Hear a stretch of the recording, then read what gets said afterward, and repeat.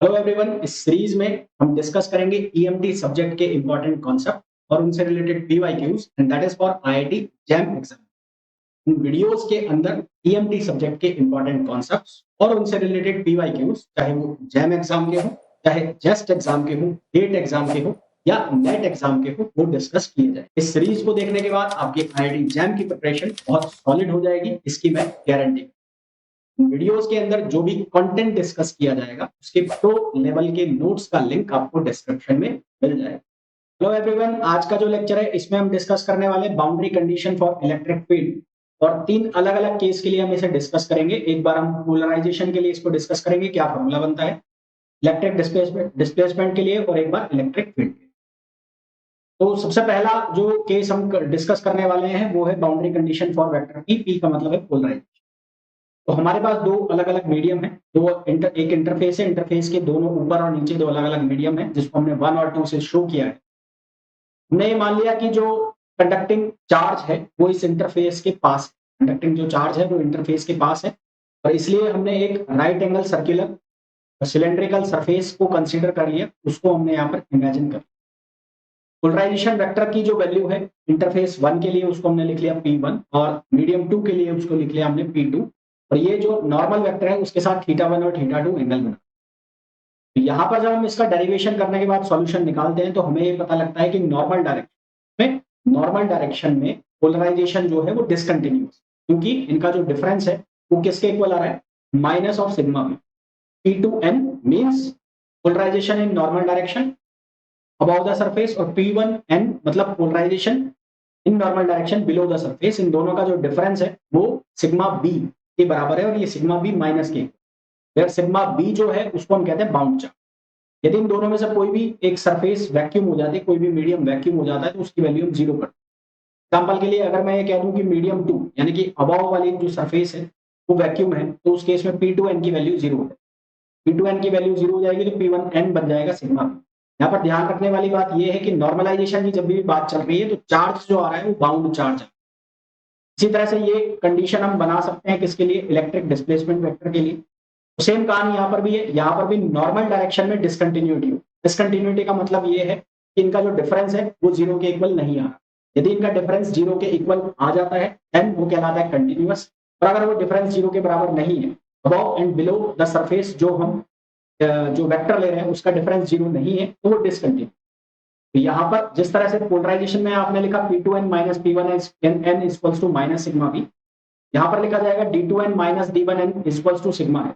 ये ऑलरेडी बात कर चुके हैं कल के लेक्चर में कि जो पोलराइजेशन है that is for bound charge, और जो इलेक्ट्रिक डिस्प्लेसमेंट वेक्टर है वो फ्री चार्ज। इसी तरह से अगर मैं इलेक्ट्रिक फील्ड वेक्टर के लिए बात करूं तो यहाँ पर दो कंडीशन हम बना सकते हैं। एक बना सकते हैं हम नॉर्मल डायरेक्शन के लिए, तो नॉर्मल डायरेक्शन के लिए हम यहाँ पर लिखेंगे E2n minus E1n equals to sigma upon epsilon, यानी कि इलेक्ट्रिक फील्ड जो है वो नॉर्मल डायरेक्शन में डिसकंटिन्यूअस है। ये ऑब्जेक्टिव क्वेश्चन बन सकता है। यहाँ पर आएगा सिग्मा अपॉन एप्सिलॉन नॉट, जहाँ सिग्मा जो है वो टोटल चार्ज डेंसिटी है, क्योंकि इलेक्ट्रिक फील्ड को हम पोटेंशियल के फॉर्म में भी लिख सकते हैं, ग्रेडियंट ऑफ पोटेंशियल। तो यहाँ से इस फॉर्मूला को ग्रेडियंट के फॉर्म में लिख सकते हैं dv upon del N, del V upon del N जो ग्रेडियंट हो गया पोटेंशियल का ग्रेडियंट। टू का मतलब है अबाउ द मीडियम और 1 का मतलब है बिलो द सरफेस, और ये किसके इक्वल हो गया, minus sigma upon epsilon not के इक्वल हो। इसी तरह से अगर मैं टेंजेंशियल डायरेक्शन में निकालने की कोशिश करूं, टेंजेंशियल डायरेक्शन का मतलब हो गया कि इस E2 का मैं कंपोनेंट कर दूं टेंजेंशियल डायरेक्शन में, तो यहाँ एक कंपोनेंट आएगा जिसको हम लिखेंगे E2 sin θ2। इसी तरह से यहाँ एक कंपोनेंट आएगा जिसको हम लिखेंगे E1 sin θn, और फिर हम इसका लाइन इंटीग्रेशन करें, क्योंकि इलेक्ट्रिक फील्ड कंजर्वेटिव क्वांटिटी है, उसका लाइन इंटीग्रेशन करोगे तो वो जीरो आएगा। तो अगर मैं हॉरिजॉन्टल डायरेक्शन के लिए इसको लिखूंगा तो हॉरिजॉन्टल डायरेक्शन में जो टेंजेंशियल कंपोनेंट रहेंगे इलेक्ट्रिक फील्ड के, चाहे अबाउ द सरफेस चाहे बिलो द सरफेस, उनका डिफरेंस जीरो के इक्वल आए। और उनका डिफरेंस यदि जीरो के इक्वल आ गया तो यहां से हम ये कह सकते हैं कि टेंजेंशियल डायरेक्शन में इलेक्ट्रिक फील्ड कंटिन्यूअस। आपको ये ध्यान रखना है कि इलेक्ट्रिक फील्ड नॉर्मल डायरेक्शन में डिसकंटिन्यूअस होता है, जबकि टेंजेंशियल डायरेक्शन में वो कंटिन्यूअस होता है। यहाँ यही कॉन्सेप्ट लगा के हम कुछ क्वेश्चंस को सॉल्व करें। इस क्वेश्चन में हमें बोला गया assume that z equals to zero plane is the interface between two linear and homogeneous dielectric। तो ये एक इंटरफेस है, इसके अबाव एंड बिलो दो मीडियम है। ऊपर वाला जो मीडियम है उसका डाइलेक्ट्रिक कांस्टेंट दिया हुआ है 5, और नीचे वाला जो मीडियम है उसका डाइलेक्ट्रिक कांस्टेंट दिया हुआ है 4। जो z ग्रेटर देन 0 है यानी कि ऊपर वाला जो मीडियम है उसके लिए इलेक्ट्रिक फील्ड की वैल्यू दी हुई है E1 equals to 3 iota 3 I cap minus 5 J के प्लस 4 के। और हमें ये पूछा है कि जो नीचे वाला मीडियम है यानी कि z लेस देन 0 वाला, ये z लेस देन 0 है और ये z ग्रेटर देन 0। तो z लेस देन 0 वाला जो मीडियम है उसमें इलेक्ट्रिक फील्ड की वैल्यू क्या होगी। कंडीशन हमें दी है कि कोई भी फ्री चार्ज नहीं, कोई भी फ्री चार्ज नहीं है, उसका मतलब सिग्मा एफ की वैल्यू क्या आएगी 0।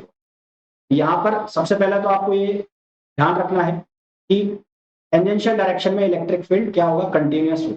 तो since E2 tau equals to होगा E1 टाउ। तो टेंजेंशियल डायरेक्शन कौन सी हो गई, नॉर्मल डायरेक्शन कौन सी है, जेड डायरेक्शन नॉर्मल, ये नॉर्मल डायरेक्शन। तो टेंजेंशियल डायरेक्शन कौन सी हो गई, एक्स और वाई, वो दोनों क्या जाएंगे इसके टेंजेंशियल, एक्स और वाई टेंजेंशियल जाएगी। यानी कि अगर एक्स का कंपोनेंट यहाँ पर 3i है और वाई का कंपोनेंट यहाँ पर 5j है, तो इसका मतलब जो z लेस देन 0 में इलेक्ट्रिक फील्ड होगा उसमें भी एक्स और वाई कंपोनेंट इलेक्ट्रिक फील्ड के सेम जाएंगे। दैट मीन्स कि उसकी वैल्यू भी कितनी आएगी, 3i माइनस 5। तो जो इलेक्ट्रिक फील्ड बनेगा बिलो द सरफेस उसकी वैल्यू किसके बराबर होगी, वो बराबर होगी E2 टाउ प्लस E2n। तो E2 टाउ की वैल्यू किसके बराबर है, E1 टाउ। और E1 टाउ जो है वो किसके इक्वल है, वो इक्वल है 3 आई कैप माइनस 5 जे। ये किसके इक्वल है, ये इक्वल है 3 I cap minus 5 J cap. तो यहां से हमारे पास E2 टाउ की वैल्यू आ गई है और वो कितनी आ गई है, वो आ गई है 3 आई कैप माइनस 5 जे। एक वैल्यू तो हमारे पास आ गई, तो यहां से आंसर लिख सकते हो आप। देखो ये कैंसिल हो गया, क्या लाना है 3i माइनस 5j, तो 3i माइनस 5j इन तीनों में है, बाकी पहला ऑप्शन कैंसिल हो गया। अब दूसरी कंडीशन आपको कहा है कि कोई फ्री चार्ज नहीं, कोई फ्री चार्ज नहीं है, तो आप लिख सकते हो D2n इक्वल्स टू D1n, क्योंकि D2n minus D1n equals to sigma F. Sigma F की वैल्यू 0 हो गई तो D2n इक्वल्स टू हो गया D1। अब D2n जो है वो अबाव द सरफेस है, तो अबाव द सरफेस D जो है, सिंस D जो है, D की वैल्यू हम लिखते हैं एप्सिलॉन और E, और एप्सिलॉन को हम लिखते हैं एप्सिलॉन नॉट, एप्सिलॉन आर और ई। यहां से हम क्या लिखेंगे, यहां से लिखेंगे एप्सिलॉन नॉट एप्सिलॉन आर 2 और E2n equals to epsilon naught epsilon R 1 और E1।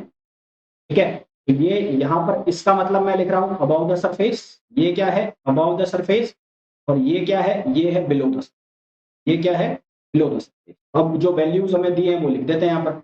तो एप्सिलॉन नॉट कट जाएगा, ये ऊपर वाली कितनी है 5, ये हो गया 5।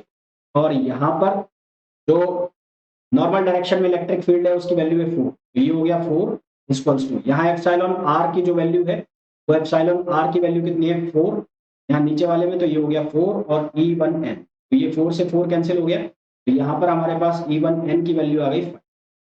तो इलेक्ट्रिक फील्ड जो हम निकालेंगे यहाँ पर, ये E2n जो मैं बोल रहा हूँ, ये E2n, ये E2n की वैल्यू है, इसको E2n कर।